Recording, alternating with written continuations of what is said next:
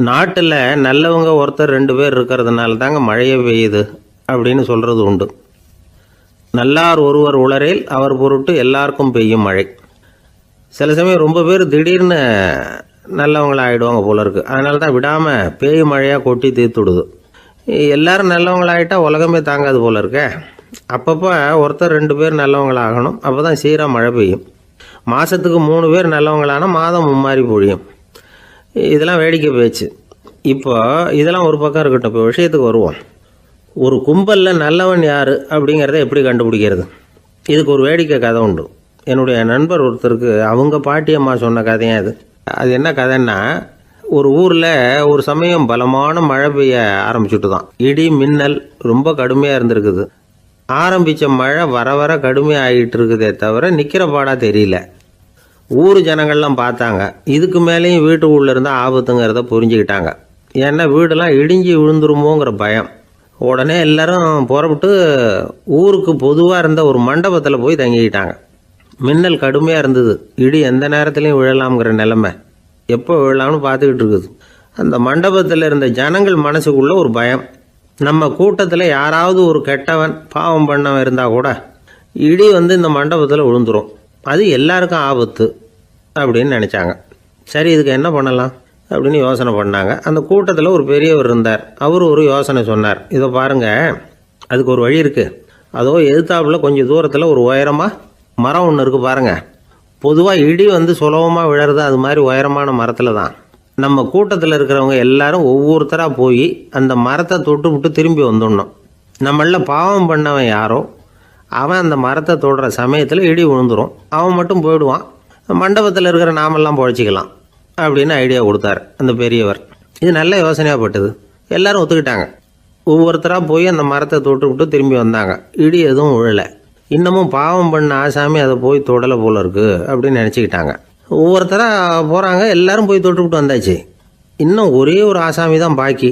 கடைசியாக இருந்த அந்த ஆள் பயந்துட்டான். இது வரைக்கும் இடி விழலைன்னா இப்போ என்ன அர்த்தம்? இப்போ நாம் தான் பாக்கி, நாம் தான் தப்பு பண்ண ஆள் போல இருக்குது அப்படின்னு நினச்சிட்டான். அதனால் துணிச்சலாக போய் தொடுறதுக்கு பயந்தான். தயங்கிக்கிட்டே இருந்தான். இருந்தாலும் மற்றவங்கள்லாம் சும்மா இருப்பாங்களா? கட்டாயப்படுத்தி கழுத்தை பிடிச்சி தள்ளாத குறையா அவனை தள்ளி விட்டாங்க. போய் தொட்டுட்டு வாடான்னு. அவன் நடுங்கிட்டே போய் அந்த மரத்தை தொட்டான். அதே வினாடி ஒரு பயங்கரமான மின்னல் இடி விழுந்துட்டுது. எங்கே விழுந்தது தெரியுமா? அந்த ஆள் மேலே இல்லை, மண்டபத்தில் விழுந்தது. மண்டபத்தில் இருந்தவங்க பூரா காலி. அந்த ஒரு ஆள் மட்டும் புழைச்சிக்கிட்டான். இந்த ஒரு ஆளை காப்பாற்றுறதுக்காக தான் இடி மண்டபத்தில் விழாமல் இருந்திருக்குது. இதுதான் கதை. அதனால் நல்லவங்க எப்படியும் தப்பிச்சுக்குவாங்க அப்படிங்கிறது ஒரு நீதி. ஒருத்தன் அப்படி தான் தெருவில் நடந்து போய்கிட்டு இருந்தான். ரொம்ப நல்லவன். எதிரில் ஒருத்தன் சைக்கிளில் வந்துக்கிட்டு இருந்தான். அதில் மோதி இவன் கீழே விழுந்துட்டான். சைக்கிள்காரன் உடனே இறங்கி இவனை தூக்கி விட்டான். இவன் எழுந்திரிச்சு அவனை முறைச்சி பார்த்தான். அப்படி பார்க்காதீங்க சார், நீங்கள் ரொம்ப புண்ணியம் பண்ணியிருக்கீங்க, அதுதான் இப்போ சைக்கிளில் மோதிக்கிட்டீங்க அப்படின்றான். என்ன அப்படி சொல்கிறேன் நான்? இவன் 10 நிமிஷத்துக்கு முன்னாடி நான் லாரி ஓட்டிகிட்டு வந்தேன், அப்போ நீங்கள் எதிரில் வந்திருந்தீங்கன்னா என்ன ஆயிருக்கும் அப்படின்னானா அவன்.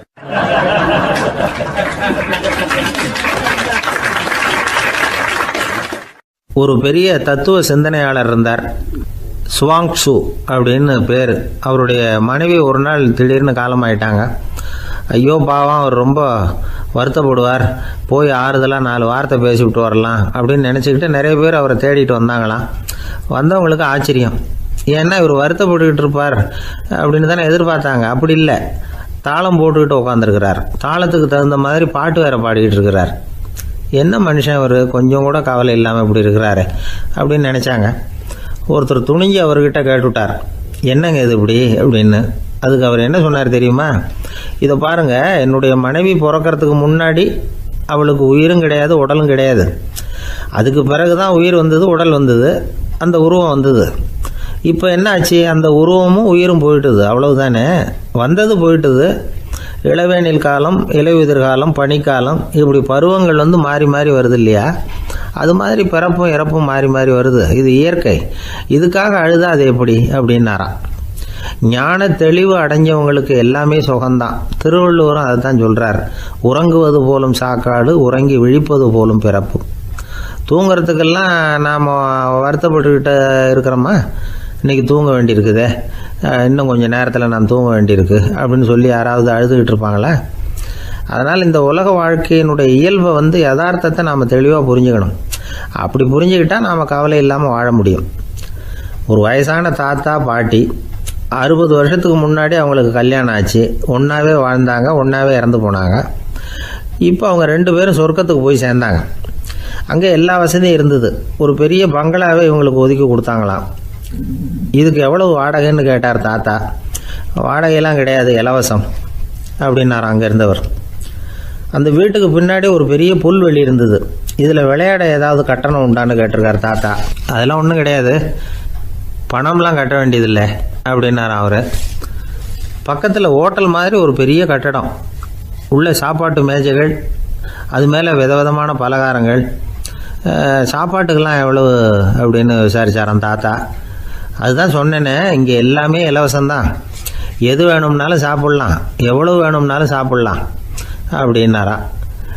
நீங்கள் சொல்கிறீங்க அப்படி, ஆனால் நான் சர்க்கரை சேர்த்துக்கக்கூடாது, உப்பு சேர்த்துக்கக்கூடாது, பாட்டி கையால் எப்பவும் பத்திய சாப்பாடு தான் அப்படின்னாராம் தாத்தா. இதை பாருங்கள், இங்கே உங்களுக்கு அந்த கவலையும் வேண்டியதில்லை. இங்கே நீங்கள் ஸ்வீட்டு சாப்பிட்லாம், காரம் சாப்பிட்லாம், உங்களுக்கு எந்த நோயும் வராது அப்படின்னாராம் அங்கே சொர்க்கத்தில் இருந்தவர். இதை கேட்ட உடனே அந்த தாத்தா பக்கத்தில் நின்ன பாட்டியை பார்த்து கத்தினாராம். அடி பாவி, எல்லாத்தையும் கெடுத்துட்டியே, நீ எனக்கு பத்திய சாப்பாடு போடாமல் கண்டதை திங்க விட்டுருந்தா 10 வருஷத்துக்கு முன்னாடியே நான் இங்கே சேர்ந்துருப்பேனே அப்படின்னாராம்.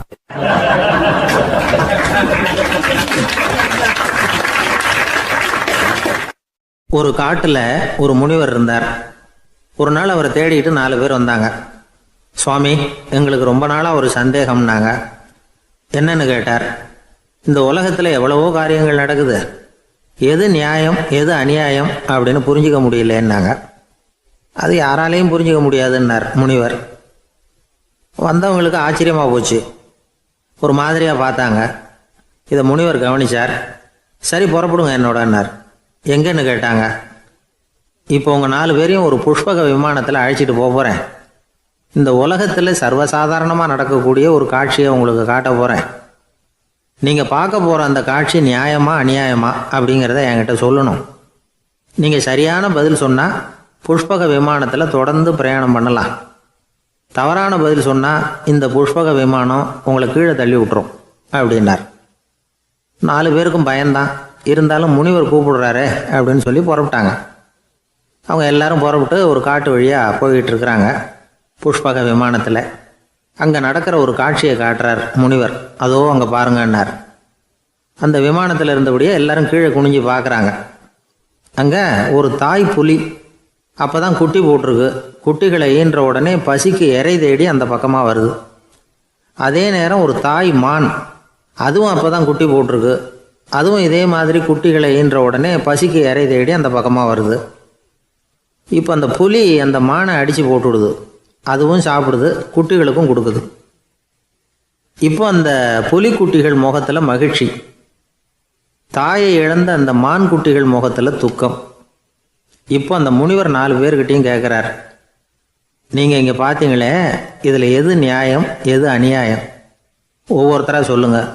உங்கள் பதில் சரியில்லைன்னா இந்த விமானம் உங்களை கீழே தள்ளி விட்டுரும், சொல்லுங்கள் பார்க்கலாம்னார். முதல்ல ஒருத்தன் சொன்னான், அந்த புலி செஞ்சது சரிதாங்க, அது பசிக்கு அதுதான் ஆகாரம், தன்னுடைய பசிக்கு தானே இறை தேடிக்கிட்டுது, அதில் என்ன தப்பு, அவ்வளவுதான், அதனால் புலி செஞ்சது நியாயம்தான் அப்படின்னா. அவ்வளவுதான், அந்த விமானம் அவனை அப்படியே கீழே தள்ளி விட்டுட்டுது. அதனால் அவன் கொடுத்த பதில் சரியில்லை அப்படிங்கிறது புரிஞ்சு போச்சு. இப்போ 2வது ஆள் சொன்னான், புலி செஞ்சது பாவம், அந்த தாய்மான் என்ன தப்பு பண்ணிச்சு, இப்போ அந்த குட்டிகளுக்கு யார் ஆதரவு, அதனால் புலி செஞ்சது அநியாயம் அப்படின்னா. அவ்வளவுதான், அவனையும் கீழே தள்ளி விட்டுடுது அந்த விமானம். இந்த பதிலும் சரியில்லை அப்படின்னு ஆயிட்டுது. இப்போ 3வது ஆள் வந்தான். முதல்ல 2 பேர் கீழே விழுந்ததை பார்த்துக்கிட்டு இருந்தான். அதனால் அவன் சொன்னான், ரெண்டுமே நியாயம்தாங்க, புலி இறை தேடினதும் இயற்கை, அதுக்கு மான் இறையானதும் இயற்கை, அதனால் இதில் ஒன்றும் தப்பு இல்லைன்னா. அவ்வளவுதான், அவனையும் அந்த விமானம் கீழே பிடிச்சி தள்ளி விட்டுது. இப்போ 4வது ஆள் வந்தான்.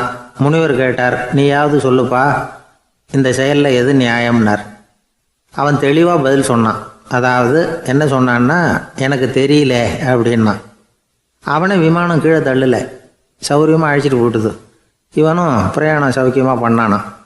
ஆக இதுதான் சரியான பதிலுங்கிறத முனிவர் உணர்த்தினார். இந்த கதையிலிருந்து நாம் புரிஞ்சுக்க வேண்டியது என்னென்னா, இந்த உலகத்தில் எவ்வளவோ காரியங்கள் நடக்குது. அதெல்லாம் ஏன் அப்படி நடக்குதுங்கிறதுக்கு எப்பேற்பட்ட பண்டிதராலும் பதில் சொல்ல முடியாது. தெரியாததை தெரியாதுன்னு ஒத்துக்கிட்டா வாழ்க்கை பிரயாணம் சுகமாக இருக்கும். அதனால் தேவையில்லாத விஷயங்களை புரிஞ்சுக்கிறதுக்கு நேரத்தை செலவு பண்ணிகிட்டு இருக்கக்கூடாது. வாழ்க்கையை குழப்பிக்க கூடாது.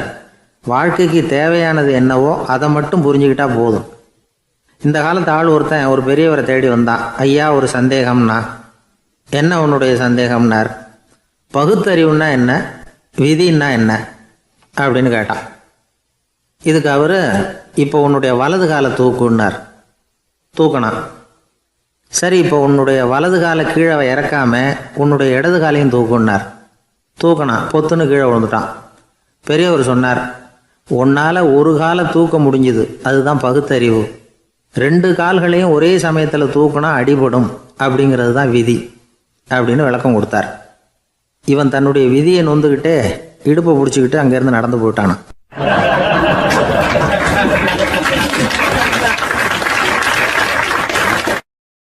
ஒரு ஊரில் ஒரு பெரியவர் இருந்தார்.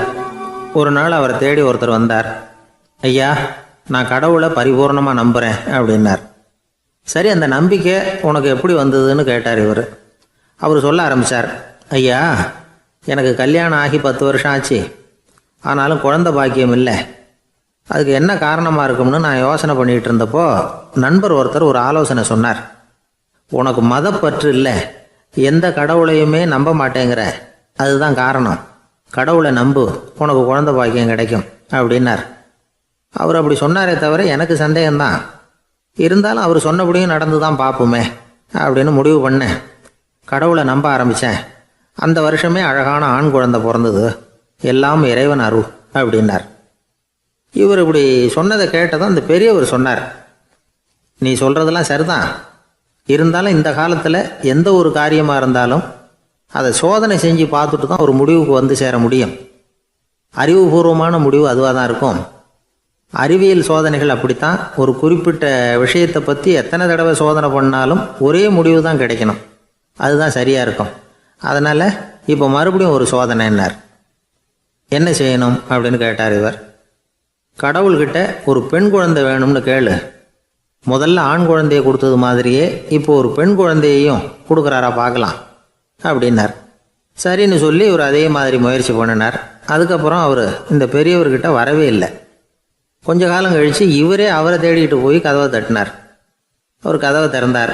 என்ன ஆச்சு, கடவுள் கண் திறந்தாரா அப்படின்னு கேட்டார். அவர், அந்த சமாச்சாரம்லாம் நமக்கு வேணாம் சார். முதல் தடவை அது ஏதோ தற்செயலாக ஏற்பட்ட ஒரு சாதகம். இப்போ நீங்கள் 2வது தடவை சொன்ன பிறகு தினமும் கடவுளை வேண்டிக்கிட்டு தான் இருக்கிறேன், ஒன்றும் நடக்கலை அப்படின்னார் ரொம்ப விரக்தியாக. ஒரே ஒரு தோல்வியில் உங்கள் நம்பிக்கையெல்லாம் பறந்து போயிடுது பார்த்தீங்களா அப்படின்னார் அந்த பெரியவர். எல்லாம் நல்ல விதமாக நடக்கிற வரைக்கும் நம்பிக்கை, எதிர்பார்த்தது தோல்வியில் முடிஞ்சுட்டுதுன்னா அவநம்பிக்கை. மற்றவர்கள் பேரில் வைக்கிற நம்பிக்கை எந்த நேரத்திலையும் விவகாரமாகி விடக்கூடிய சாத்தியம் உண்டு. நாம் நம்பிக்கை வைக்க வேண்டியது நம்மக்கிட்ட தான். நமக்குள்ளே இருக்கிறார் கடவுள். எனவே நம்ம பேரில் நாம் வைக்கிற நம்பிக்கை தான் உண்மையான கடவுள் பக்தி. நிபந்தனையற்ற நம்பிக்கையாக அது இருக்கணும். எல்லாம் நல்லபடியாக நடந்துக்கிட்டு இருந்தால் எந்த முட்டாளுக்கும் நம்பிக்கை வரத்தான் செய்யும் அப்படிங்கிறது ஒரு பெரிய ஒரு கருத்து. தியானத்தின் மூலமாக தான் உனக்குள்ளே ஆழமாக தோண்டுனா உன்னுடைய அடி ஆழத்தில் நம்பிக்கை வந்து அப்படி ஊற்றெடுக்கும், அதை பார்க்க முடியும் அப்படிங்கிறது பெரியவர்கள் சிந்தனை. ஒரு குழந்தை அப்பாவை பார்த்து என்னப்பா பண்ணுறேன்னு கேட்டுதான். பிரார்த்தனை பண்ணிகிட்டு இருக்கிறேன்னாரான் அப்பா. பிரார்த்தனை பண்ணுனா என்ன கிடைக்கும் அப்படின்னு கேட்டுதான் குழந்தை. எல்லாம் கிடைக்கும் அப்படின்னாரான் அப்பா. நீ வச்சிருக்கிறிய பேனா அது கூட கிடைக்குமான்னு கேட்டுதான் குழந்தை. ஓ, கிடைக்குமேன்னு இருக்கார்.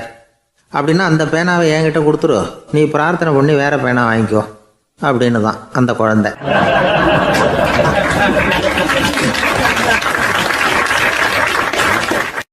ஒரு வயசான பாட்டியின் தாத்தாவும் ஒரு பூங்காவில் உட்காந்து பேசிக்கிட்டு இருக்கிறாங்க. அவங்களுக்கு கல்யாணம் ஆகி 53 வருஷம் ஆச்சு. பிள்ளைங்கள்லாம் படித்து பெரிய பெரிய வேலையில் இருக்கிறாங்க. பேரன் பேத்திகளும் நல்ல நிலைமையில் இருக்கிறாங்க. இந்த தாத்தாவும் பாட்டியும் சிரித்து பேசிக்கிட்டு இருந்ததை ஒரு பெரியவர் பார்த்தார். அவருக்கு ஆச்சரியமாக இருந்தது. இந்த வயசுலேயும் இவ்வளவு அந்யோன்யமாக இவங்க பேசிக்கிட்டு இருக்கிறாங்களே அப்படின்னு நினச்சார். சரி நேரிலேயே கேட்டுருவோமே அப்படின்னு நினச்சிக்கிட்டு கிட்ட போனார். உங்கள் மன வாழ்க்கையின் வெற்றிக்கான ரகசியம் என்ன அப்படின்னு கேட்டார். இதை கேட்டதும் அந்த தாத்தா சிரிச்சுக்கிட்டே பாட்டியை பார்த்தாராம். அதுக்கப்புறம் சொன்னாராம், நான் இந்த அம்மாவை கல்யாணம் பண்ணிட்டதுக்கும் எங்களுடைய இல்வாழ்க்கை இவ்வளவு நாளாக பலம் குறையாமல் மகிழ்ச்சியாக இருக்கிறதுக்கும் காரணம் ஒன்று தான். அது என்ன காரணம்னா, எங்களுக்கு இடையில பொதுவாக நிறைய குறைகள் உண்டு, அதுதான் காரணம் அப்படின்னாராம். அவர் சொல்கிறது சரிதான் அப்படிங்கிறது மாதிரியே அந்த பாட்டியும் அவரை நிமிர்ந்து பார்த்தாங்களாம்.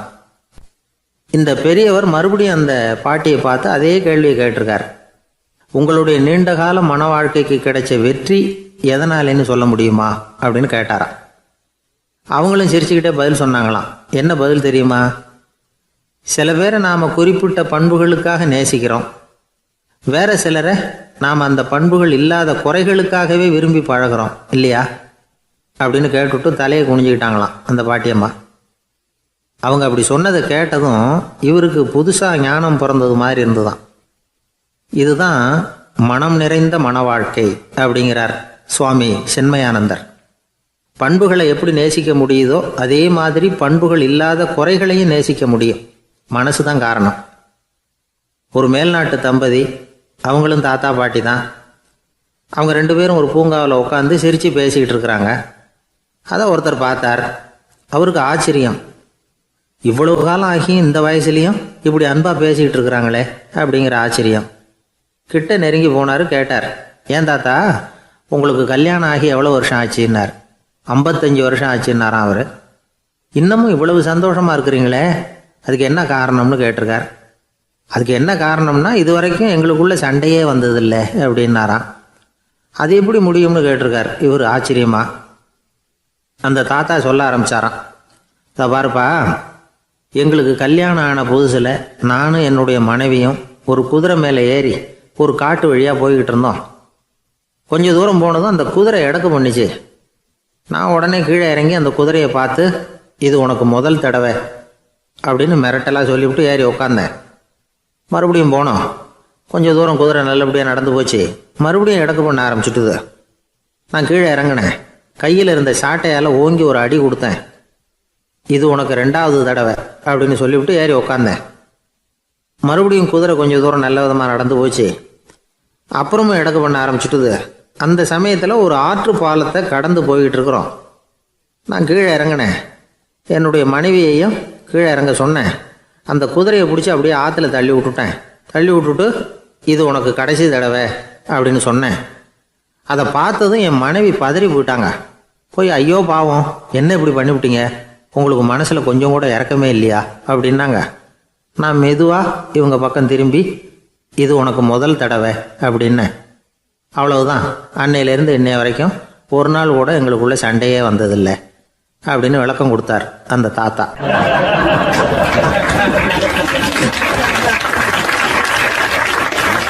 கடற்கரை ஓரமா ஒரு பெரியவர் கையால மணலை கீறிக்கிட்டே உட்காந்துருக்கிறார். என்னத்தையும் தேடிட்டு இருக்கிறது மாதிரி தெரிஞ்சது. மெதுவா கிட்டத்துல போய், என்னத்தை தேடிட்டு இருக்கிறீங்க அப்படின்னு கேட்டோம். அவரு சாவகாசமா நிமிர்ந்து பார்த்து, நிம்மதியை தேடிட்டு இருக்கிறேன்னார். நாங்க ஒரு மாதிரி ஆயிட்டோம்.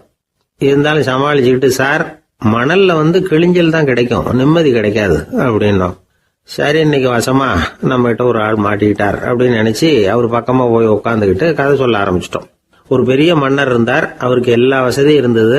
இருந்தாலும் ஒரே ஒரு குறை. அது என்னன்னா, நிம்மதி இல்லைங்கிற குறை. அரண்மனையில தினமும் கலை நிகழ்ச்சி, நாட்டியம் எல்லாம் நடந்துகிட்டு தான் இருந்தது. இருந்தாலும் நிம்மதி இல்லை. சரி, நிம்மதி எங்க கிடைக்கும் அப்படின்னு தேட ஆரம்பிச்சார். உடனே அதுக்கான முயற்சிகள்ல தீவிரமா இறங்கினார். நாட்டில் உள்ள தத்துவ மேதைகளை எல்லாம் கூப்பிட்டுட்டு வர சொன்னார். எல்லாரும் சேர்ந்தாங்க. அவங்கள பார்த்து, நிம்மதி எங்க இருக்குது அப்படின்னு விசாரிச்சார். அவங்களுக்கு அது தெரிஞ்சா ஏன் இப்படி ராஜா முன்னாடி நின்றுட்டு இருக்க போறாங்க? ராஜாவோட கேள்விக்கு ஒவ்வொருத்தரும் ஒவ்வொரு மாதிரி விளக்கம் கொடுக்க ஆரம்பிச்சிட்டாங்க. எந்த பதிலும் ராஜாவுக்கு திருப்தி அளிக்கக்கூடிய அளவுக்கு இல்லை. சரி, போயிட்டு வாங்கன்னு சொல்லி அவங்களெல்லாம் அனுப்பி வச்சுட்டார். ஒரு நாள் அவர் மாளிகையில உப்பருகையில நின்றுட்டு இருக்கிறார். அந்த சமயத்துல தெருவில் ஒரு பிச்சைக்காரன் ரொம்ப உல்லாசமா பாட்டு பாடிக்கிட்டே போய்கிட்டு இருக்கிறான். குரல்ல ஒரு சந்தோஷம், நடையில ஒரு மிடுக்கு. அவங்ககிட்ட கொஞ்சம் கூட கவலை இருக்கிறதா தெரியல. உடனே ராஜா அதை பார்த்தார். ஏவலாளிகளை கைதட்டி கூப்பிட்டார். உடனே ஓடி போய் அந்த பிச்சைக்காரனை இங்க அழைச்சிட்டு வாங்கன்னு உத்தரவு போட்டார். இவங்க உடனே ஓடி போய் அவனை கூப்பிட்டாங்க. அரண்மனைக்கு வாழ்ந்தாங்க. அவன் வரல. அரண்மனைக்குள்ள அடி எடுத்து வைக்க மாட்டேன்னு சொல்லிவிட்டான். ராஜா கிட்ட வந்து விஷயத்தை சொன்னாங்க. அவருக்கு ரொம்ப ஆச்சரியம், இப்படி ஒரு ஆள் இருக்கிறானா அப்படின்னு. சரி, அவன் என்னதான் சொல்றான் அப்படின்னு விசாரிச்சார். இவங்க மறுபடியும் தெருவுக்கு போய் கேட்டாங்க. என்ன பார்க்கணும்னா ராஜா விருப்பப்பட்டாருன்னா அவரை வேணும்னா இங்க வர சொல்லுங்க அப்படின்னு சொல்லிவிட்டான். அதை வந்து ராஜா கிட்ட சொன்னாங்க. அவருக்கு கோபம் வரல. இவ்வளவு சுதந்திர உணர்வோடு இருக்கிறவன் சாதாரண ஆளா இருக்க முடியாது அப்படின்னு நினைச்சார். உடனே கிடுகிடுன்னு இறங்கி தெருவுக்கு வந்தார். பிச்சைக்காரங்கிட்ட போனார். நீ கவலைப்படாம சந்தோஷமா பாடிட்டு போறியே, அது எப்படி முடியுது உன்னால அப்படின்னு கேட்டார். ஏன் அப்படி கேக்குறீங்கன்னு அவன், அதுக்கு இல்ல, எனக்கு அரண்மனையில எவ்வளவோ சுகபோகங்கள்லாம் இருக்கு, இருந்தாலும் நிம்மதி இல்ல. இது ஏன்னு எனக்கு தெரியல. இந்த தேசத்துல உள்ள அறிஞர்களை எல்லாம் கூப்பிட்டு கேட்டு பார்த்துட்டேன், அவங்களுக்கும் தெரியல. உன்னை கேட்டா தெரியும்னு நினைச்சேன், அதனாலதான் சந்திக்கிறதுக்கு ஆசைப்பட்டேன். ஆனா நீ வரமாட்டேன்னு விட்டியே அப்படின்னார். பிச்சைக்காரன் கடகடன்னு சிரிக்க ஆரம்பிச்சுட்டான். மகிழ்ச்சிக்கும் உங்களுக்கும் தடையா இருக்கிறது இந்த மாளிகை தான். இதை விட்டுட்டு வெளியில வந்துட்டா நிம்மதி தேடிட்டு வந்துரும்னா. நான் அரசன், எனக்குன்னு கடமைகள் இருக்கு, அதையெல்லாம் விட்டுட்டு எப்படி வர முடியும்னார் ராஜா. ரெண்டும் ஒரே நேரத்துல கிடைக்கணுங்கிறது முடியாத காரியம். உங்க சுகபோகத்துக்கு விலையாதான் உங்க நிம்மதியை கொடுத்துக்கிட்டு இருக்கிறீங்க. என்ன பாருங்க, என்கிட்ட எதுவும் இல்ல, அதனால எதுவும் போயிடுமோங்கிற பயமும் இல்ல, நிம்மதியா இருக்கிறேன் அப்படின்னா அவன். ராஜா உடனே சந்தோஷப்பட்டு தன்னுடைய மேலங்கியை எடுத்து அவனுக்கு பரிசா கொடுத்தாராம். அவன் சிரிச்சுக்கிட்டே அதை வாங்க மாட்டேன்னு விட்டானான். இதை நீங்க எனக்கு கொடுக்கறதுனால எந்த பயனும் இல்ல, அதே நேரத்துல அதை வாங்கிட்டேன்னா அடுத்த வினாடியிலிருந்து அதை எப்படி காப்பாத்துறதுங்கிற கவலை எனக்கு வந்து சேர்ந்துடும், அப்புறம் தூக்கம் வராது, நிம்மதி போயிடும் அப்படின்னானா. சொல்லிவிட்டு அவன் பாட்டுக்கு சந்தோஷமா பாடிக்கிட்டே போயிட்டான். நிம்மதி எங்க இருக்குங்கிறதையும் ராஜா தெரிஞ்சுக்கிட்டார். அந்த இடத்துக்கு தன்னால போக முடியாதுங்கிறதையும் அவர் புரிஞ்சுக்கிட்டார். இப்படி இந்த கதைய அந்த கடற்கரையில மணலை கீறிக்கிட்டே உட்கார்ந்துருந்தார அந்த பெரியவர்கிட்ட சொல்லி முடிச்சோம். அவர் முகத்துல ஒரு தெளிவு தெரிஞ்சது. எங்களை நிமிர்ந்து பார்த்தார். ரொம்ப நன்றிங்க, இப்ப எனக்கு தெரிஞ்சு போச்சு, நிம்மதி வேணும்னா அதுக்கு என்ன பண்ணணும்னு இப்ப நல்லா புரிஞ்சுக்கிட்டேன் அப்படின்னார். என்ன புரிஞ்சுக்கிட்டீங்கன்னு கேட்டோம். இனிமே இந்த பக்கம் வந்தா உங்க கண்ணுல படாத இடமா பார்த்து உட்காரணும்னு புரிஞ்சுக்கிட்டேன் அப்படின்னார்.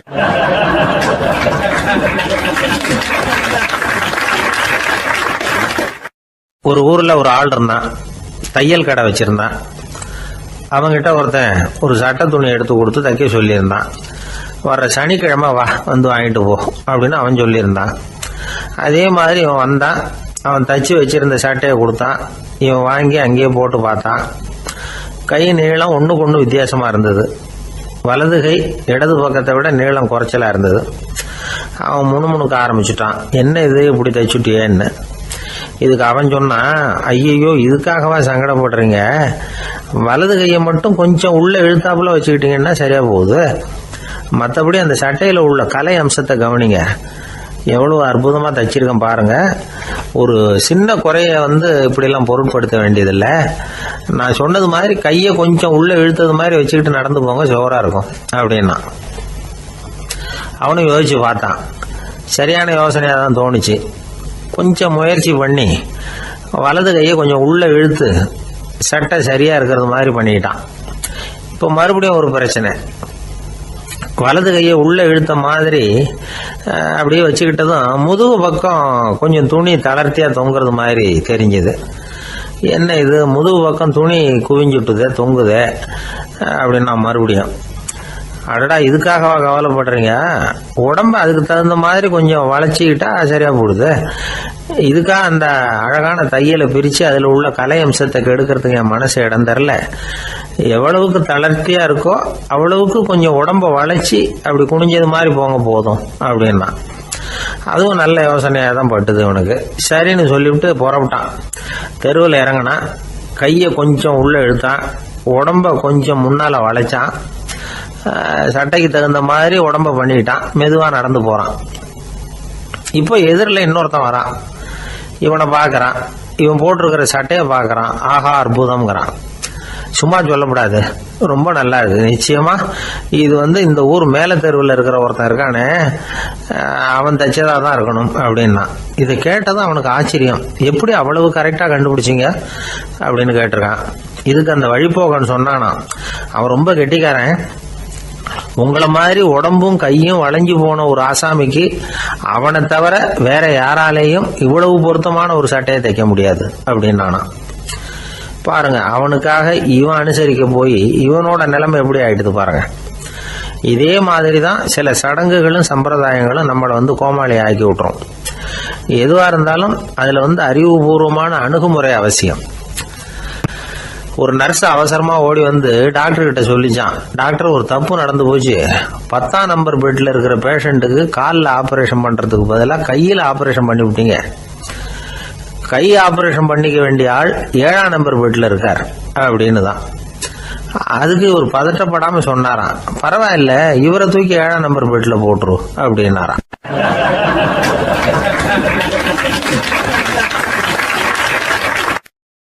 தான் மட்டும் வாழ்ந்தா போதும் அப்படின்னு நினைக்கிறவங்க உண்டு. தானும் வாழணும், அடுத்தவங்களும் வாழணும் அப்படின்னு நினைக்கிறவங்களும் உண்டு. முதல்ல சொன்ன வகையை சேர்ந்த மனிதர்கள் எப்படி தெரியுமா? எப்படியாவது தான் மட்டும் வாழ்ந்தால் போதுங்கிற நினைப்பு தான் எப்பவும் அவங்களுக்கு இருக்கும். தங்களுடைய வளர்ச்சிக்கு எது தடையா இருந்தாலும் சரி, யார் தடையா இருந்தாலும் சரி, அதை அழிச்சுட்டு தான் மறுவேலை பார்ப்பாங்க. அவங்கெல்லாம் பாவ காரியங்களுக்கு தயங்குறதே இல்லை. அப்படிப்பட்ட வாழ்க்கை அவங்களுக்கே இடைஞ்சல அமைஞ்சு விடுறது உண்டு. அதை விளக்கறதுக்கு ஒரு கதையும் உண்டு. ஒரு ஊர்ல அப்படிப்பட்ட ஆள் ஒருத்தன் இருந்திருக்கான். நிறைய பாவங்களை செஞ்சவன். அதன் காரணமா நரகப்படுகொழியில விழுந்துட்டான். நரகப்படுகொழிங்கிறது ஒரு பெரிய கிணறு மாதிரி. ஏற்கனவே பாவம் செஞ்சவங்க நிறைய பேர் அதில் விழுந்து கிடக்குறாங்க. உள்ள ஏகப்பட்ட சத்தம், எல்லாம் அந்த பாவாத்மாக்கள் போடுற சத்தம். இப்போ விழுந்தானே இவனும் சத்தம் போட்டான். இவன் போடுற சத்தம் கொஞ்சம் அதிகமா கேட்டுது. இந்த கிணத்துக்கு பக்கத்துல புத்தர் உட்கார்ந்துருக்கிறாரு. அவர் காதுல இவன் போடுற சத்தம் விழுந்தது. உடனே அந்த கிணத்தடிக்கு போனார். குனிஞ்சு பார்த்தார். சாமி என்னை காப்பாத்துங்க அப்படின்னு கத்தனா இவன். புத்தர் அவனை கொஞ்சம் கவனிச்சு பார்த்தார். மனித சமுதாயத்துக்கு அவன் என்னென்ன கெடுதல் பண்ணியிருக்கிறாங்கிற விவரம்லாம் அவர் மனக்கண்ணில் தெரிஞ்சது. அவருக்கு எல்லாம் புரிஞ்சு போச்சு. இருந்தாலும் அவனை காப்பாத்துறதுக்கு ஏதாவது வழி உண்டா அப்படின்னு யோசிச்சார். அவன் தன்னுடைய வாழ்நாளில் ஏதாவது நல்லது செஞ்சிருக்கானா அப்படின்னு பார்த்தார். ஒரே ஒரு சமயம் அவன் தன்னுடைய காலடியில மிதிபட இருந்த சிலந்தியை மிதிக்காமல் தாண்டி போயிருக்கிறான். இந்த ஒரு காரியத்துக்காக அவனை கரையேற்ற முடியுமா அப்படின்னு நினைச்சாரு. அவ்வளவுதான். உடனே அவர் கையில ஒரு சிலந்தி உட்கார்ந்துதான். அதுகிட்ட இருந்து நூல் இழை வெளிவர ஆரம்பிச்சது. அந்த நூல் இழை கிணற்று ஆழம் வரைக்கும் அப்படியே நீண்டுகிட்டே போச்சான். புத்தர் பார்த்தார். இந்த நூலை பிடிச்சிக்கிட்டு மேலே ஏறி வா அப்படின்னாரு. என்னங்க சொல்றீங்க, இந்த சிலந்தி நூல் என்ன தாங்குமான்னு கத்தனா. எல்லாம் தாங்கும், அதை பிடிச்சிக்கிட்டு ஏறி வா அப்படின்னாரு. சந்தேகத்தோடவே அவன் அந்த நூல் இழைய பிடிச்சி இழுத்து பார்த்தா ரொம்ப வலுவா இருந்தது. அவனுக்கு ஆச்சரியம். அதை பிடிச்சிக்கிட்டு மெதுவா மேல ஏறி வர ஆரம்பிச்சுட்டான். பாதி தூரம் ஏறி வந்திருப்பான். அப்போ அவன் காலுக்கு கீழே ஏதோ சத்தம். என்னன்னு குனிஞ்சு பார்க்கறான். கீழே கிடந்தவங்க சில பேரும் அந்த நூலை பிடிச்சி மேல வந்துகிட்டு இருக்கிறாங்க. இவனுக்கு கோபம் வந்துட்டுது. தன்னுடைய இடுப்புல வச்சிருந்த கத்தியை எடுத்து தன்னுடைய காலுக்கு கீழே நூல் இழையை அப்படியே வெட்டி விட்டுட்டான். இனிமே நாம மட்டும்தான் மேலே ஏறி வந்துடணும் அப்படின்னு நினைச்சுக்கிட்டான். ஆனா நடந்தது என்ன தெரியுமா? மொத்த நூல் இழையும் அப்படியே அருந்து கீழே விழுந்துட்டுது. அவனும் பொத்துன்னு கீழே விழுந்துட்டான். மறுபடியும் கத்த ஆரம்பிச்சுட்டான். ஏற்கனவே அவன் செஞ்சிருந்த ஒரு சிறு கருணை அந்த நூல் இழைக்கு உறுதியை கொடுத்தது. இப்போ அவன் செஞ்ச பாவம் அந்த நூல் இழைய வலுவிழக்க செஞ்சுட்டுது. அடுத்தவங்களும் வாழணுங்கிற எண்ணம் அவனுக்கு இருந்திருந்தா இப்ப அவனும் கரையேறி வந்திருப்பான், மற்றவங்களும் சௌக்கியமா வந்து சேர்ந்திருப்பாங்க. அதனால நாமும் வாழணும், அடுத்தவங்களும் வாழணும் அப்படின்னு நினைக்கிறவன் வாழ்க்கையில சீக்கிரம் முன்னுக்கு வந்துருவான். ஒருத்தன் ஒரு டாக்டர் கிட்ட போனான், மருந்து வாங்கினான். வாங்கி கொண்டாந்து பேசாம வச்சுட்டான், சாப்பிடல. அப்புறம் எதுக்காகப்பா போய் அவர்கிட்ட மருந்து வாங்கினேன் அப்படின்னு கேட்டாங்க. டாக்டர் வாழணும் இல்லையா, அதனாலதான் அப்படின்னா. அவர் கொடுத்த மருந்து நீ ஏன் சாப்பிடல அப்புறம் அப்படின்னு கேட்டாங்க. நான் வாழணும் இல்லையா, அதுக்காக தான் அப்படின்னா.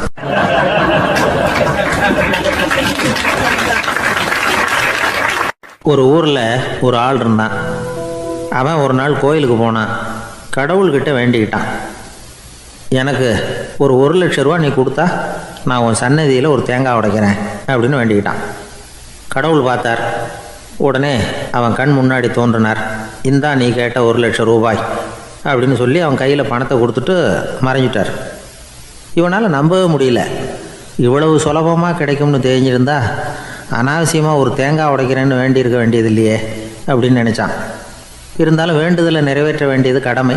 அதுக்காக என்ன பண்ணால் பக்கத்தில் ஒரு கடைக்கு போனான். ஒரு தேங்காயை கையில் எடுத்தான். இது என்ன விலைன்னு கேட்டான். 5 ரூபான்னார் கடையில் இருந்தவர். அதிகமாக இருக்குதே விலைன்னா. அப்படின்னா ஒன்று செய்யுங்க, அடுத்த ஊருக்கு போங்க, அங்கே தென்னந்தோப்பு அதிகம், அதனால் அங்கே இதை விட குறைஞ்ச விலைக்கு கிடைக்கும் அப்படின்னார். சரின்னு அடுத்த ஊருக்கு கிளம்புனான். அங்கே போய் விசாரித்தான். ஒரு தேங்காய் 3 ரூபாய் விலைன்னாங்க. இதுவும் அதிகமாக தெரியுதேன்னா. அப்படின்னா ஒன்று செய்ய, அதுவும் அந்த ஆற்று ஓரமாக ஒரு தென்னை மரம் இருக்கு பார், அதில் நீயே ஏறி பறிச்சுக்கோ, ஒரு தேங்காய்க்கு 1 ரூபா கொடுத்தா போதும் அப்படின்னார் அந்த தோப்புக்கு சொந்தக்காரரு.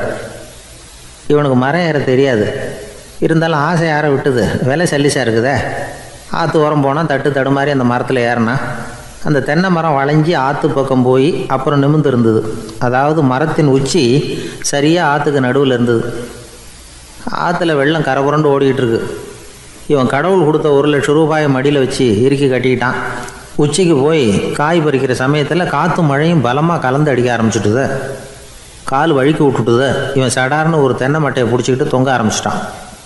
கீழே பயங்கரமான வெள்ளம், மடியில் 1 லட்சம் ரூபா பணம், என்ன செய்கிறதுன்னு தவிக்கிறான். இந்த சமயம் கரையில் ஒரு யானை பாகன் யானையை குளிப்பாட்டிக்கிட்டு இருக்கிறான். அது அவன் கண்ணில் பட்டுது. ஐயா ஒரு உதவின்னு கத்துனான். அவன் என்ன செய்யணும்னு கேட்டான். உன் யானையை மெதுவாக இங்கே அழைச்சிட்டு வா, எனக்கு நேராக கீழே நிறுத்து, என் காலை பிடிச்சி மெதுவாக கீழே இறக்கி விட்டுரு, என் மடியில் இருக்கிற பணத்தில் உனக்கு 10,000 ரூபா தரேன் அப்படின்னா. அவன் பார்த்தான். காலை கையை பிடிச்சா கூட எவனும் இந்த காலத்தில் 10 ரூபாய்க்கு மேலே தரமாட்டேங்கிறான், இவன் காலை பிடிச்சா 10,000 தர்றேங்கிறான் அப்படின்னு யோசனை பண்ணால் உடனே யானையை கொண்டுட்டு போனான். அவனுக்கு நேராக கீழே நிறுத்தினான். அவன் காலை பிடிச்சான். அவ்வளவுதான். அந்த நேரம் பார்த்து யானை மெதுவாக நடந்து அப்பால் போட்டுது. இப்போ யானை பாகன் அவன் காலை கெட்டியாக பிடிச்சிக்கிட்டு தொங்குறான். பரிதாபமாக மேலே பார்க்குறான். அவன் மட்டையை பிடிச்சிக்கிட்டு தொங்குறான். இப்போ யானை பாகன் சொல்கிறான், தம்பி மட்டையை விட்டுறாத, கெட்டியாக பிடிச்சிக்கோ, நான் உனக்கு 10,000 ரூபா தரேன், இதோ மடியில் தான் வச்சுருக்கேன்னா. மேலே தொங்குறவனுக்கு இந்த நிலைமையிலேயும் ஒரு சந்தோஷம், மேற்கொண்டு ஒரு 10,000 ரூபா நமக்கு கிடைக்கும் போல இருக்கே அப்படின்னு. இந்த சமயத்தில் ஒருத்தன் ஒட்டகத்தை ஓட்டிகிட்டு வந்தான் அந்த பக்கமாக குளிப்பாட்டுறதுக்கு. யானை பாகம் பார்த்துட்டான். ஐயா ஒட்டகக்காரரே, அதை இங்கே கொண்டுட்டு வா, எங்கள் காலை பிடிச்சி பத்திரமா இறக்கி விடு, நாங்கள் பணம் கொடுக்குறோம்னா.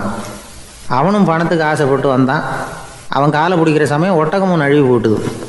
இப்போ 3 பேருமே வரிசையாக தொங்குறாங்க. ஒட்டகக்காரன் கத்துறான், தம்பி மட்டையை விட்டுறாத, கெட்டியாக பிடிச்சிக்கோ, நான் என் மடியில் இருக்கிற 5,000 உனக்கு தந்துடுறேன்னா.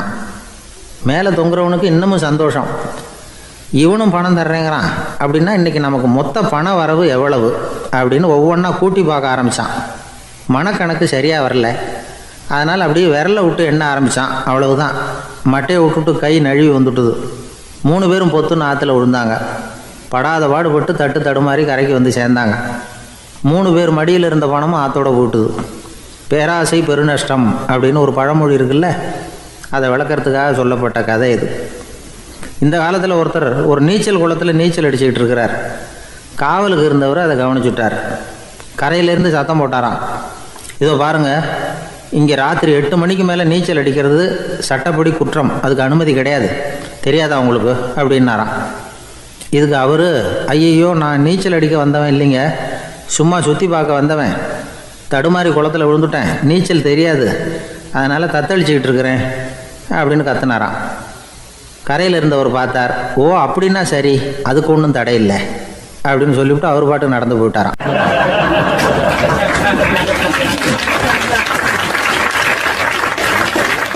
அசோக மன்னர் வந்துகிட்டு இருக்கார்.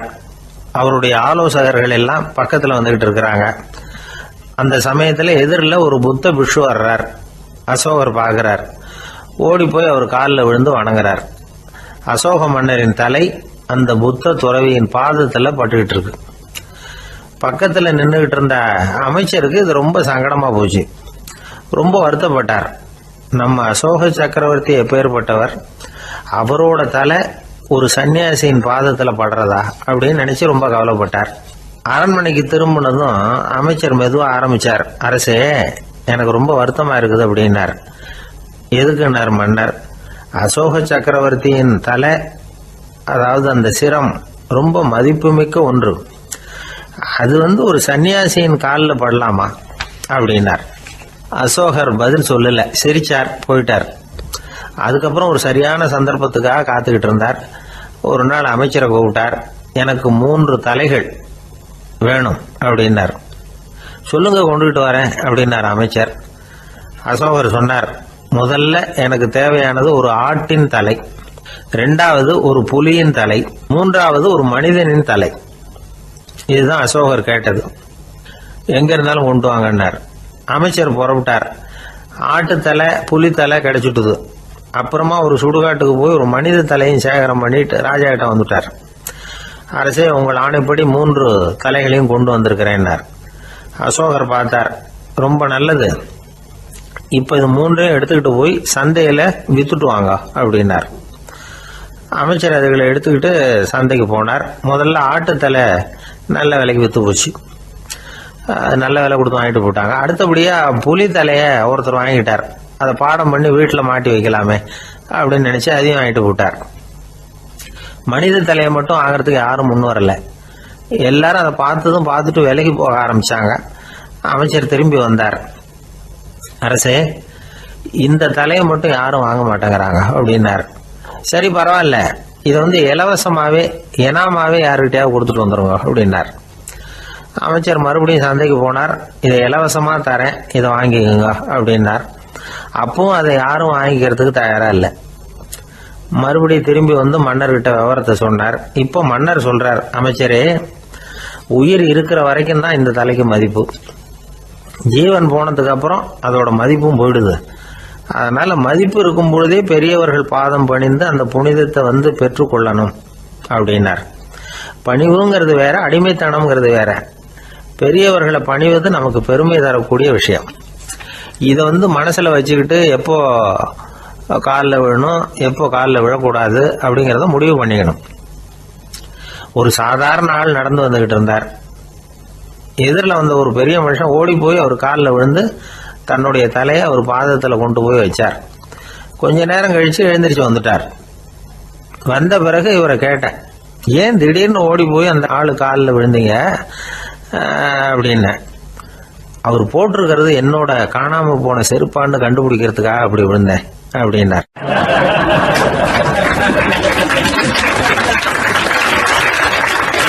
ஒரு ஊர்ல ஒரு பெரியவர் இருந்தார். அவர் ஒரு குரு. அவர் தொடர்ந்து தியான கூட்டங்கள் நடத்துவார். அந்த கூட்டத்தில் கலந்துக்கிறதுக்காக பல ஊர்கள்ல இருந்து சீடர்கள் நிறைய பேர் வருவாங்க போவாங்க. ஒரு நாள் அங்கே கூட்டம் நடந்துகிட்டு இருக்குது. அந்த சமயத்தில் சீடர்களில் ஒருத்தன் என்னத்தையும் திருடி விட்டான். மற்ற சீடர்கள் அதை கவனிச்சுட்டாங்க. இவன் ஆப்பிட்டுக்கிட்டான். கூட்டம் முடிஞ்ச பிற்பாடு இவன் திருடின விஷயத்த அந்த பெரியவர்கிட்ட போய் சொன்னாங்களாம். அவர் கவனத்துக்கு கொண்டுகிட்டு போனாங்க. ஆனால் அவர் இதை காதிலே போட்டுக்கல, கண்டுக்கவே இல்லை. போய் சொன்ன சீடர்களுக்கெல்லாம் ஏமாத்தமாக போயிட்டுது. என்ன இது, இவ்வளவு தூரம் நாம் கண்டுபிடிச்சி போய் சொல்கிறோம், அவர் கண்டுக்கவே மாட்டேங்கிறாரே அப்படின்னு ஒரு மாதிரி ஆயிட்டாங்க. இருந்தாலும் அதை பற்றி ஒன்றுமே சொல்லிக்கல, பேசாமல் இருந்துட்டாங்க. கொஞ்ச நாள் ஆச்சு. அதே ஆள் மறுபடியும் ஒரு திருட்டில் மாட்டிக்கிட்டான். சீடர்கள் மறுபடியும் அந்த குரு கிட்ட விஷயத்த சொன்னாங்க. அவர் அப்பவும் வழக்கம் போல சும்மாவே இருந்துட்டார். இவர் இப்படி இருக்கிறத பார்த்ததும் அந்த சீடர்களுக்கு கோபம் வந்துட்டுது. உடனே அந்த சீடர்கள்லாம் ஒன்று கூடி பேசினாங்களாம். எல்லாருமா சேர்ந்து ஒரு விண்ணப்பம் தயார் பண்ணாங்க. அதை குருநாதர்கிட்ட கொண்டுட்டு போய் கொடுத்தாங்க. அந்த விண்ணப்பத்தில் இவங்க என்ன எழுதியிருக்கிறாங்க தெரியுமா? குருநாதர் அவர்களே, உடனே திருடனவன் மீது சட்ட நடவடிக்கை எடுக்கணும். நீங்கள் அப்படி அவனை இங்கே சேர்க்கக்கூடாது. நீங்கள் சேர்த்தீங்கன்னா நாங்கள் இங்கே இருக்கிறத பற்றி யோசிக்க ஆரம்பிச்சிருவோம். அவனை இந்த மடத்தை விட்டே துரத்தி பண்ணணும். நீங்கள் அவனை வெளியில் அனுப்புங்க, இல்லைன்னா நாங்கள் அத்தனை பேரும் வெளியில் போயிடுறோம். இப்படி தான் அந்த விண்ணப்பத்தில் எழுதியிருக்கிறாங்க. குரு அந்த விண்ணப்பத்தை வாங்கி படித்து பார்த்தார். அதுக்கப்புறம் அதை எழுதின அத்தனை பேரையும் கூப்பிட்டாரு. எல்லாரும் இப்படி வாங்கன்னாரு. வந்தாங்க. இப்படி என் எதிரில் உட்காருங்கன்னார். உட்காந்தாங்க. அப்புறம் சொன்னார், இதை பாருப்பா, நீங்கள் எல்லாரும் புத்திசாலிகள். உங்களுக்கு எது நல்லது எது கெட்டதுங்கிறது நல்லா தெரியும். நீங்கள் மேற்கொண்டு ஏதாவது படிக்கணும்னு நினச்சா வேறு எங்கே வேணும்னாலும் போகலாம். அதுக்கு நான் தடை சொல்ல மாட்டேன். ஆனால் உங்களால் குற்றம் சாட்டப்பட்ட அவன் இருக்கானே, அவன் எப்படின்னா அவனுக்கு எது நல்லது எது கெட்டதுங்கிறதெல்லாம் தெரியாது. அதனால தான் திருடுறான். நீங்கள் சொல்கிறது மாதிரி அவனை அடித்து துரத்தி விடுறோம்னு வச்சுக்கோங்க, அவனுக்கு எப்படி நல்லது கெட்டது தெரியும்?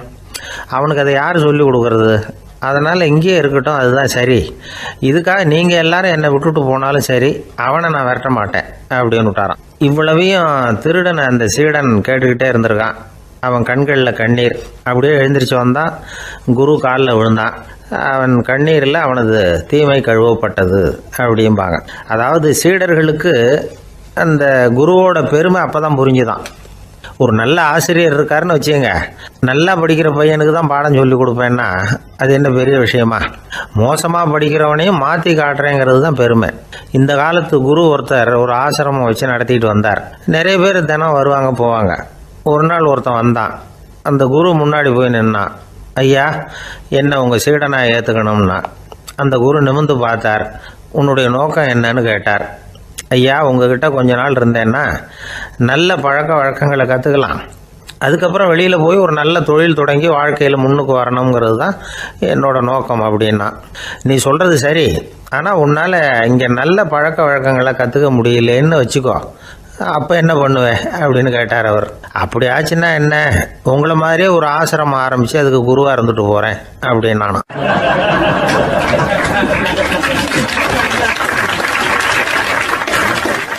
ஒருத்தன் வேகமாக ஓடி வந்தான்.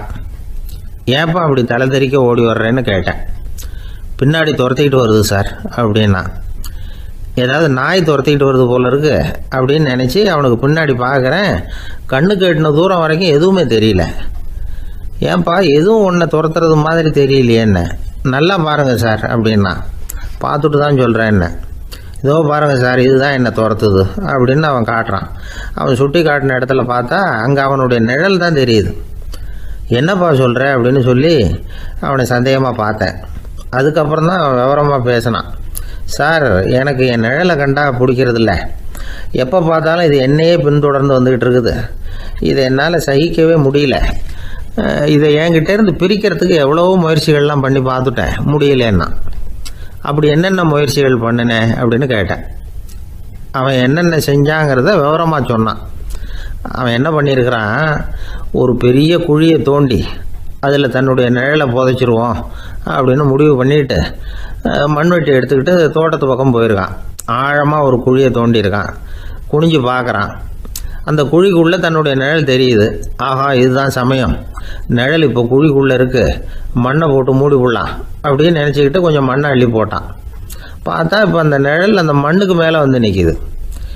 இது ஏதுடா வம்பா போச்சு அப்படின்னு அவசரமாக மண்ணை வாரி போட்டு மூடி பார்க்குறான். குழி பூராவும் மூடி விட்டு பார்க்குறான். மறுபடியும் நிழல் மேலே வந்து உட்காந்துக்கிட்டு இருக்குது.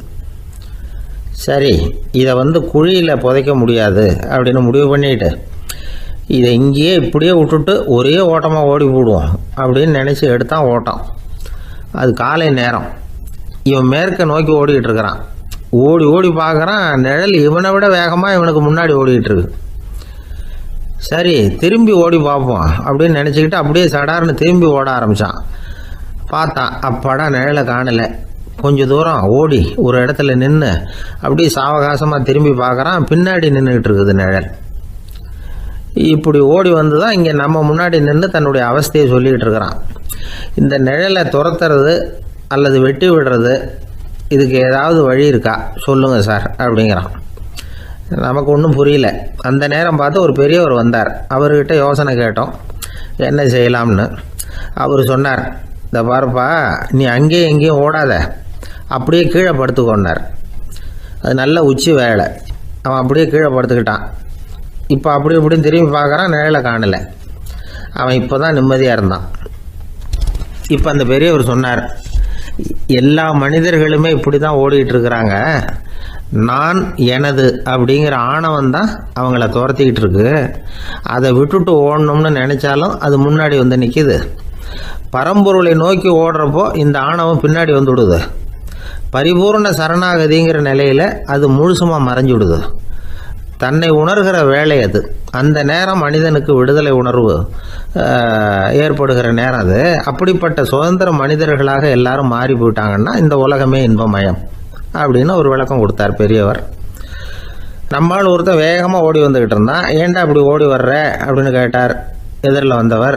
ஆசை துரத்துது, அதுதான் ஓடி வர்றேன்னா. உனக்கு என்ன ஆசைன்னு கேட்டார். எனக்கு ஒன்றும் ஆசை இல்லைங்க, என்னை எப்படியாவது பிடிச்சுடணும்னு போலீஸ்காரங்களுக்கு ஆசை. அந்த ஆசை இப்போ என்னை துரத்தி பின்னாடி வந்துக்கிட்டு இருக்குது. அதுதான் தப்பிச்சு வந்துக்கிட்டு இருக்கிறேன். குறுக்க நிற்காதீங்க சார், வழியை விடுங்க அப்படின்னு சொல்லிவிட்டு வேகமாக ஓடி மறைஞ்சான்.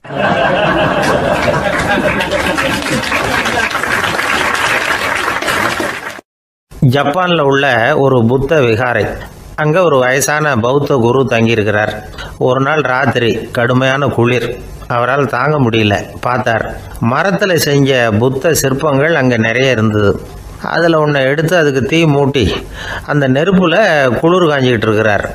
மர சிற்பம் தீ வச்சதும் படபடன்னு வெடிக்க ஆரம்பிச்சுட்டுது. அந்த சத்தத்தை கேட்டதும் அந்த புத்த விகாரையின் குருக்கள் வெளியில் ஓடி வந்தார். இவர் ஆனந்தமாக குளிர் காஞ்சிக்கிட்டு இருக்கிறார். அவரால் பொறுத்துக்க முடியல. தெருவில் தெரிஞ்சுக்கிட்டு இருந்த அந்த பெரியவரை இங்கே தங்க அனுமதித்ததே அவர் தான். இவர் இப்படி பண்ணுறாருன்னு நினச்சிக்கிட்டே அவரை கோபமாக பார்த்தார். ஏன் இப்படி கோபமாக பார்க்குறீங்க, இப்படி வந்து உட்காருங்க அப்படிங்கிறாரு இவர். அவருக்கு இன்னமும் கோபம் வந்துட்டுது. எங்கள் கடவுளை வந்து எரிச்சுட்டீங்களே அப்படின்னு சத்தம் போட்டாராம். அப்படியா அப்படின்னு கேட்டுக்கிட்டே அந்த சாம்பலை கிளறினார் இவர். என்ன செய்கிறீங்கன்னு கேட்டிருக்காரு அவர். நான் எலும்புகளை தேடுறேன்னாராம். நீங்கள் ஒரு பைத்தியம், இது ஒரு மர சிற்பம், இதில் எலும்புகள் கிடையாது அப்படின்னாராம். அவருக்கு கோபம் வந்துட்டுது. உடனே வெளியில் போங்கன்னு கத்தியிருக்கார். வெளியில் தள்ளி கதவையும் சாத்தி விட்டாராம். மறுநாள் காலையில் கதவை திறந்து பார்த்தா அந்த வயசான பெரியவர் ஒரு மைல்கல் மேலே சில காட்டு பூக்களை வச்சு புத்தம் சரணம் கச்சாமின்னு சொல்லிக்கிட்டே இருக்கிறார். இவருக்கு சந்தேகமாக போட்டுது. கிட்ட போனார். என்ன செஞ்சுக்கிட்டு இருக்கீங்கன்னு கேட்டார். இது என்னுடைய காலை நேர பிரார்த்தனைனாராம். நிஜமாகவே நீங்கள் ஒரு பைத்தியமாக தான் இருக்கணும், ஏன்னா அது ஒரு மைல்கல் அப்படின்னாராம். இப்போ அந்த பெரியவர் சொன்னாராம், நீங்கள் ஒரு மரத்தை புத்தராக நினைக்கும் பொழுது நான் ஏன் ஒரு மைல்கல்ல புத்தராக நினைக்கக்கூடாது? நான் வந்து புத்தரை எரிக்கலாம், ஏன்னா அவரை நான் நேசிக்கிறேன். அந்த சிற்பம் வந்து மரத்தால் ஆனதுங்கிறது எனக்கு தெரியும். நான் ஒரு மைல்கல்லை தொழலாம், ஏன்னா அது எனது பூக்களை தாங்குது. நான் இந்த மைல்கல்லுக்குள்ளே மறைஞ்சிருக்கிற புத்தரை பார்க்குறேன். யாராவது ஒரு சிற்பி இதை சிலையாக்கினாதான் நீங்கள் புத்தரை பார்க்க முடியும். அன்னைக்கு ரொம்ப குளிராக இருந்தது. நான் எனக்குள்ளே இருக்கிற புத்தரையும் பாதுகாக்கணும். உள்ளே இருக்கிற புத்தரை காப்பாற்றுறதுக்காக வெளியில் உள்ள புத்தரை எரிக்கலாம், அதில் ஒன்றும் தப்பு இல்லை. அது அவருடைய போதனையிலேயே இருக்குது. உனக்குள் ஜோதியாக இரு அப்படிங்கிறது அவருடைய போதனை. என்னுடைய புத்தர் வந்து குளிரில் நடுங்கிட்டு இருந்தார். அந்த மர சிற்பங்கள் வெயில் மழையில் உணர்ச்சி இல்லாமல் இருந்தது, அதனால் அப்படி பண்ணினேன். ஆனால் நீங்கள் என்ன பண்ணீங்க? நான் ஒரு மர புத்தரை எரிச்சதுக்காக உயிருள்ள புத்தரை வெளியில் தள்ளி கதவை சாத்தினீங்க அப்படின்னாராம் அந்த பெரியவர். உண்மையான பக்திங்கிறது இதுதான். அதாவது உனக்குள் ஜோதியாக இரு அப்படின்னு புத்தர் சொன்னார் இல்லையா, அது மாதிரி தனக்குள் ஜோதியாக இருக்கிற இந்த காலத்து ஆசாமிகள் நிறைய பேர் உண்டு. எப்பவும் போதையிலேயே இருக்கிறவங்க.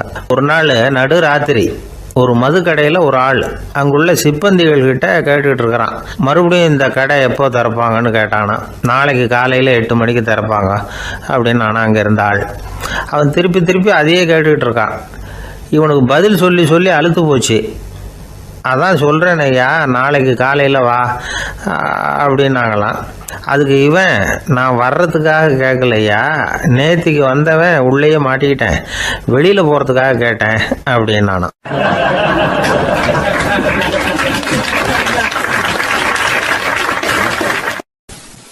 ஒரு ஏரி ஓரமாக 2 பசங்க நடந்து போய்கிட்டு இருக்கிறாங்க. அதில் ஒருத்தன் பணக்கார வீட்டு பையன், இன்னொருத்தன் ஏழை. இவங்க 2 பேரும் போய்கிட்டு இருக்கிறாங்க. வழியில் ஒரு இடத்துல ஒரு ஜோடி செருப்பு இவங்க கண்ணில் படுது. ஒரு விவசாயி அந்த செருப்பை அங்கே விட்டுட்டு பக்கத்தில் இருந்த ஏரியில் கை காலை கழுவிட்டு இருக்கிறார். உடனே அந்த பணக்கார பையனுக்கு ஒரு ஐடியா. அவன் சொன்னானா, டேய், இப்போ ஒரு வேடிக்கை செய்யலாம். அந்த செருப்பு 2ஐயும் தூக்கி எட்டத்தில் வீசி எரிஞ்சிருவோம். அந்த ஆள் வந்து பார்த்துட்டு செருப்பை தேடி அல்லாடுவான், அங்கேயும் இங்கேயும் ஓடுவான், திரு திருன்னு முழிப்பான். அதை பார்த்து நாம் ரசிக்கலாம், நல்ல தமாஷா இருக்கும் அப்படின்ட்டுருக்கான். இப்படி சொல்லிவிட்டு அந்த செருப்புகளை தூக்கத்துக்கு போனானா. கொஞ்சம் பொறு அப்படின்னானா அந்த ஏழை பையன். ஏன்னு கேட்டிருக்கான் அவன். இப்போ அந்த ஏழை பையன் சொன்னானா, நீ சொல்கிறது ஒன்றும் வேடிக்கை கிடையாது. உன்னோட செருப்பு தொலைஞ்சா உன் அப்பா உடனே உனக்கு வேறு செருப்பு வாங்கி கொடுத்துருவார். ஆனால் அந்த ஆளுக்கு இந்த செருப்பு தொலைஞ்சதுன்னா வேறு புதுசாக வாங்கிறதுக்கு வாயையும் வயத்தையும் கட்டி பணத்தை சேர்க்க வேண்டியிருக்கும். அதனால் நான் ஒரு வேடிக்கை சொல்கிறேன், அது மாதிரி செய், அது இன்னமும் தமாஷா இருக்கும் அப்படின்னானா. எப்படி அது சொல்லுன்றிருக்கான் அவன். செருப்பு 2ம் அது இருக்கிற இடத்துலையே இருக்கட்டும். உன் சட்டப்பையிலிருந்து ஒரே ஒரு 1 ரூபாய் நாணயத்தை எடு, அதை அந்த செருப்பு மேலே அதோட குதிகால் பகுதியில் வச்சுட்டு நாம் 2 பேரும் அந்த மரத்துக்கு பின்னாடி ஓடி போய் மறைஞ்சு நின்றுக்குவோம்.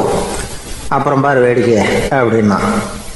அதே மாதிரி 1 ரூபா காசு செருப்பு மேலே வச்சுட்டு இவங்க 2 பேரும் மறைஞ்சு நின்றுக்கிட்டாங்க. கொஞ்ச நேரத்தில் அந்த விவசாயி வந்தார். காலில் உள்ள மண்ணை தட்டிவிட்டு செருப்பை மாட்டுறதுக்காக போனார். அங்கேருந்து காசு கண்ணில் போட்டுவிட்டுது.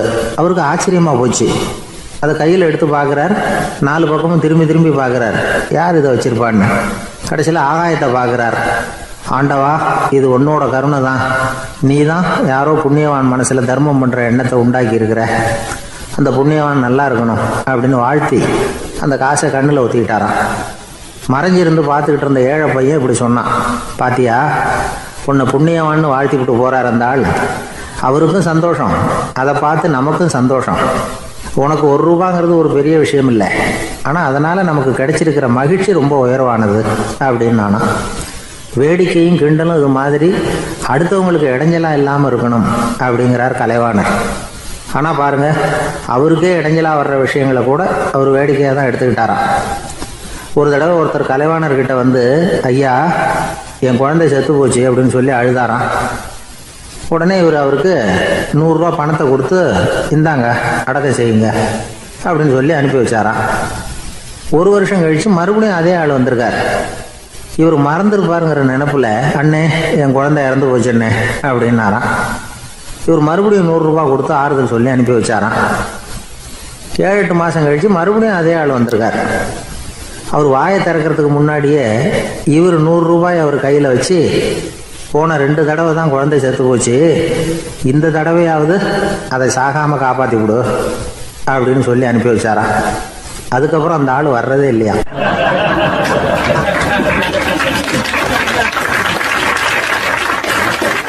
எனக்கு தெரிஞ்ச ஒருத்தர் இருக்கார்.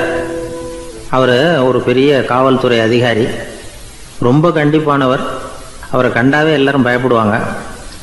அப்படிப்பட்டவர் வீட்டுக்கு போனால் அப்படியே அடியோடு மாறிடுவார்.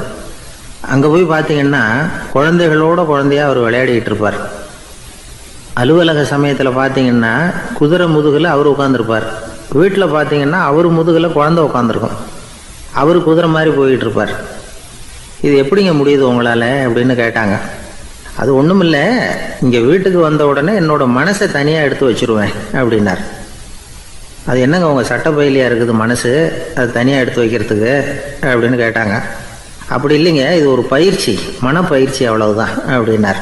இப்படி சமயம் பார்த்து மனசை தனியாக வச்சுவிட தெரிஞ்சவங்க வாழ்க்கையில் எப்பவும் உற்சாகமாக இருப்பாங்க அப்படிங்கிறது பெரியவங்க கருத்து. ஒரு டாக்டர் ஆஸ்பத்திரியில் இருக்கிற வரைக்கும் டாக்டராக இருக்கலாம். அவர் மனைவிகிட்டையும் அவர் டாக்டராக இருக்க வேண்டிய அவசியம் இல்லை. ஒரு வக்கீல் கோர்ட்டில் இருக்கிற வரைக்கும் வக்கீலாக இருக்கலாம். வீட்டுக்கு வந்ததுக்கு அப்புறமும் வக்கீலாக இருக்க வேண்டிய அவசியம் கிடையாது. வீட்டில் குழந்தைகள்கிட்ட விளையாடும் பொழுதும் அதுகள்கிட்ட ஃபீஸு கேட்டுக்கிட்டு இருக்கக்கூடாது. நாம் எப்படி இருக்கணும்னு பெரியவங்க சொல்கிறாங்கன்னா, மனசோட சேரக்கூடாதான். அப்படி சேராமல் வாழ்க்கையை கவனிக்கணுமா. மனசை அப்படியே தனியாக எடுத்து பக்கத்தில் வச்சுடணும். அப்படின்னா அதை அப்படியே தூக்கி எறிஞ்சுடு அப்படின்னு அர்த்தம் இல்லை. ஏன்னா மனசுங்கிறது நமக்கு உபயோகப்படக்கூடிய ஒன்று தான். எப்போ அது தேவையோ அப்பப்போ எடுத்து உபயோகப்படுத்திக்கணும். தேவைப்படுறப்போ எடுத்து கண்ணாடியை மாட்டிக்கிறோம்ல, படிக்கும் பொழுது கண்ணாடி தேவைப்படுது, எடுத்து மாட்டிக்கிறோம் இல்லையா. அது மாதிரி கணக்கு போடுறதுக்கு மனசு தேவை. கடைக்கு போய் ஒரு பொருள் வாங்குகிறோம், காசு கொடுக்குறோம், மீதி சில்லறை சரியாக இருக்கா அப்படின்னு எண்ணி பார்த்து வாங்க வேண்டியிருக்கு. அந்த சமயத்தில் மனசை எடுத்து தனியாக வச்சுட்டேன் அப்படின்னு சொல்லிகிட்டு இருக்கக்கூடாது. பரீட்சைக்கு படிக்க வேண்டியிருக்குது, படித்ததையெல்லாம் அப்படியே நினைவில் வச்சுக்க வேண்டியிருக்கு. அந்த சமயத்தில் மனசை தூக்கி எறிஞ்சுட்டேன் சார் அப்படின்னு சொல்லிகிட்டு இருக்கக்கூடாது. அப்படி சொன்னால் பரீட்சை நம்மளை தூக்கி எறிஞ்சிடும். அதனால் தேவைப்படுறப்போ மனசை உபயோகப்படுத்தணும், தேவையில்லாதப்போ அது தனியாக ஓய்வு எடுத்துக்க விட்டுடணும். இப்படி நாம் பழக்கப்படுத்திக்கிட்டா வாழ்க்கைங்கிறது நமக்கு புதுசாக தெரியுமா. மனசுக்கும் ஒரு சக்தி கிடைக்கும். எந்திரங்களுக்கு ஓய்வு கொடுக்குற மாதிரி மனசுக்கும் ஓய்வு கொடுக்கணும், இல்லைன்னா அது களைச்சி போயிடும். குழந்தைகள் மனசை சுமந்துக்கிட்டு இருக்கிறது இல்லை. இது முதியவர்கள் குழந்தைகள்கிட்ட இருந்து கற்றுக்க வேண்டிய ஒரு பாடம். ஆனாலும் இந்த கால குழந்தைகள்கிட்ட ரொம்ப எச்சரிக்கையாக இருக்க வேண்டியிருக்கு. ஒரு தாத்தாவும் பேரனும் விளையாடிக்கிட்டு இருக்கிறாங்க. தாத்தா, எனக்கு சைக்கிள் ஓட்ட கற்றுக் கொடு அப்படிங்கிறான் பேரன். சைக்கிள் உயரம் கூட இல்லை, அதுக்குள்ளே சைக்கிள் ஓட்டணுமா